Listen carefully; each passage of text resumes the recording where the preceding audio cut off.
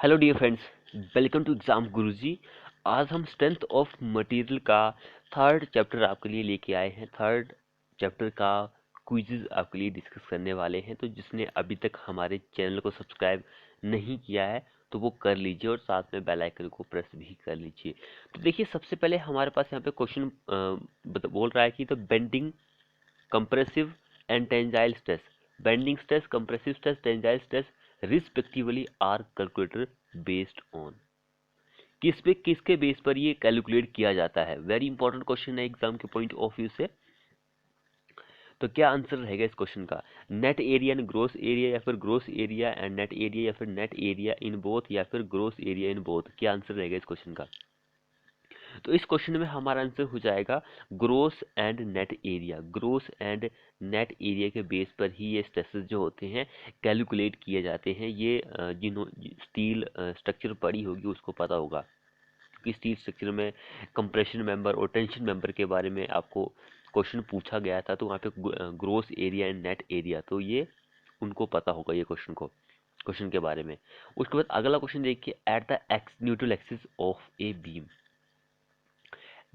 Neutral axis जो होता है बीम का वो क्या होता है?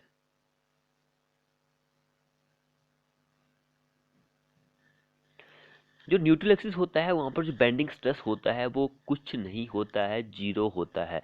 बेंडिंग स्ट्रेस जो होता है वो जीरो होता है न्यूट्रल एक्सिस पे। तो उस वजह से अगर स्ट्रेस कुछ नहीं रहेगा तो उसमें कोई भी स्ट्रेन जो होता है वो आपको देखने को नहीं मिलेगा। अगर बेंडिंग मोमेंट ही नहीं लग रहा है तो भाई rate of change of deformation जो होती है वो कुछ आपको वहाँ पे देखने को नहीं मिलेगा। तो इस क्वेश्चन में हमारा आंसर हो जाएगा the layer do not undergo any strain. Change in length over change in original length जो होती है वो स्ट्रेन का रेशो होता है, आपको पता है। तो उसमें अगर कोई स्ट्रेस नहीं रहेगा, न्यूट्रल एक्सिस जो होता है, तो बेंडिंग तो स्ट्रेन जो होता है वो कुछ नहीं आपको देखने को मिलेगा। डी हमारा इस क्वेश्चन में आंसर बन जाएगा। उसके बाद अगला क्वेश्चन देखिए, a beam of uniform strength has. कोई एक बीम है, उसके पास यूनिफॉर्म स्ट्रेंथ है भाई थ्रू आउट। मान के चलो कि उसकी स्ट्रेंथ जो है वो यूनिफॉर्म है। तो क्या आंसर रहेगा इस क्वेश्चन का?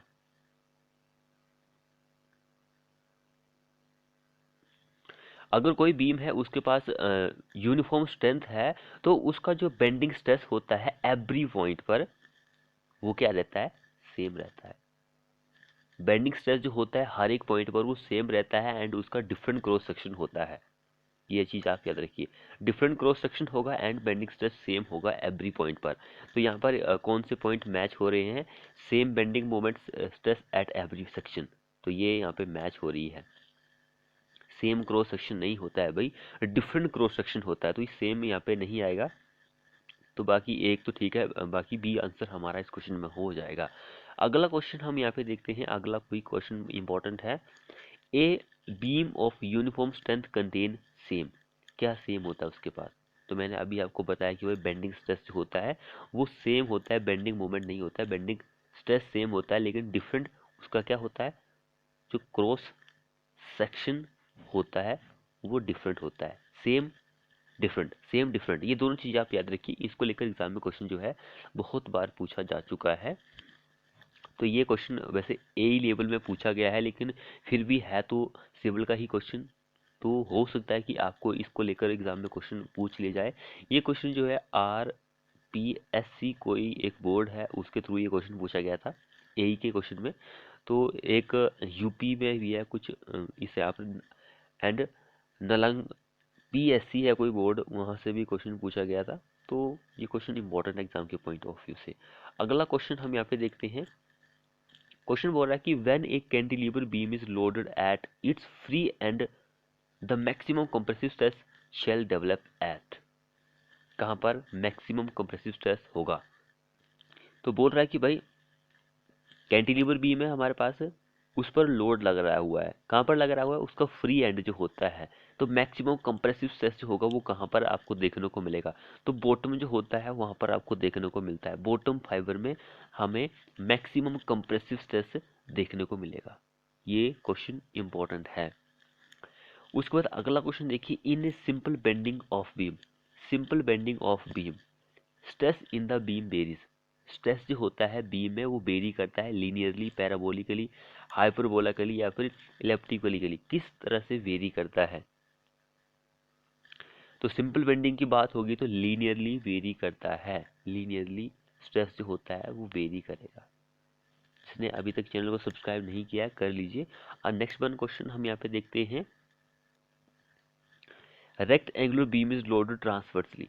रेक्ट एंगुलर बीम है उस पर जो लोड लग रहा है वो ट्रांसवर्सली लग रहा है, ट्रांसवर्सली लग रहा है, तो maximum tensile stress is develop on the, transversely लग रहा है भाई, तो मैक्सिमम टेंसाइल स्ट्रेस जो होगा वो कहाँ पर पैदा होगा,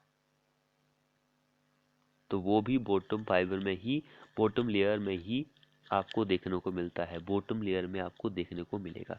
ये क्वेश्चन भी बहुत ही ज़्यादा इम्पोर्टेंट है एग्जाम के पॉइंट ऑफ व्यू से। अब यहाँ पे टेंसाइल स्ट्रेस के बारे में पूछा गया था, हो सकता है कि आपको केस वही दिया हो और जो आपसे पूछा जाए कि भाई मैक्सिमम कंप्रेसिव स्ट्रेस जो होता है वो कहाँ पर देखने को मिलता है, तो मैक्सिमम टॉप फाइबर में देखने को मिलता है।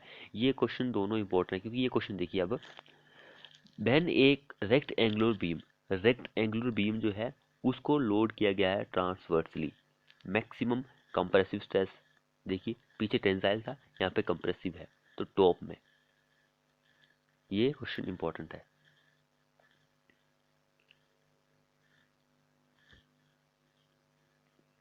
अब नेक्स्ट वन देखिए, shear stress in beam, shear stress जो होता है बीम में having triangular cross section is maximum at, shear stress in a beam, shear stress जो लग रहा है वो बीम में लग रहा है, बोल रहा है कि having उसका triangular cross section है is maximum at, तो वो मिड डेप्थ जो होती है वहां पर मैक्सिमम होता है, बी हमारा आंसर हो जाएगा।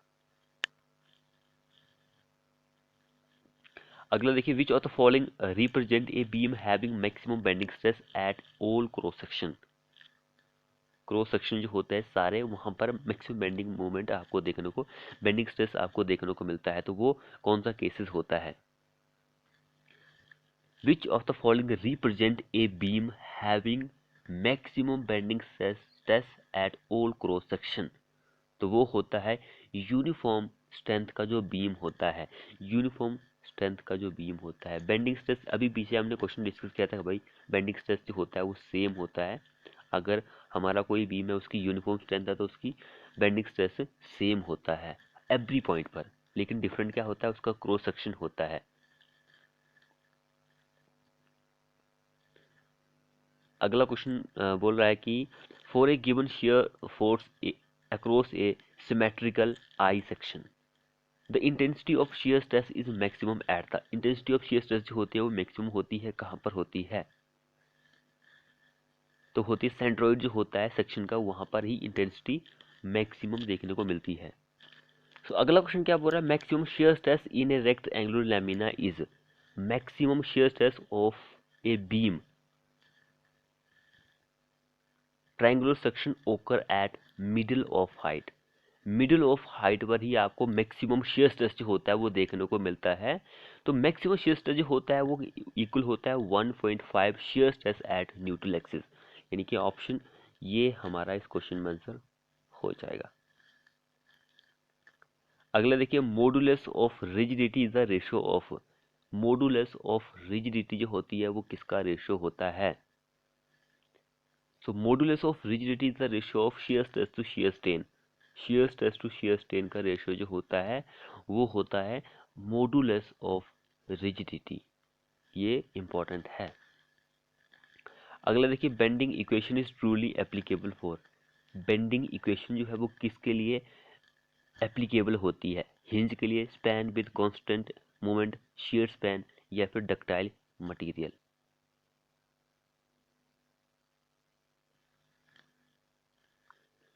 तो वो होती है डक्टाइल मटेरियल के लिए ही बेंडिंग इक्वेशन जो होती है वो एप्लीकेबल होती है। उसके बाद अगला क्वेश्चन देखिए, the ratio of movement of inertia to extreme fibre distance is, so उसको हम सेक्शन मॉडुलस बोलते हैं, ऑप्शन सी हमारा इस क्वेश्चन में आंसर हो जाएगा। अगला क्वेश्चन देखिए यहाँ पर, bending compressive and tensile tensile stresses respectively are calculated weights on.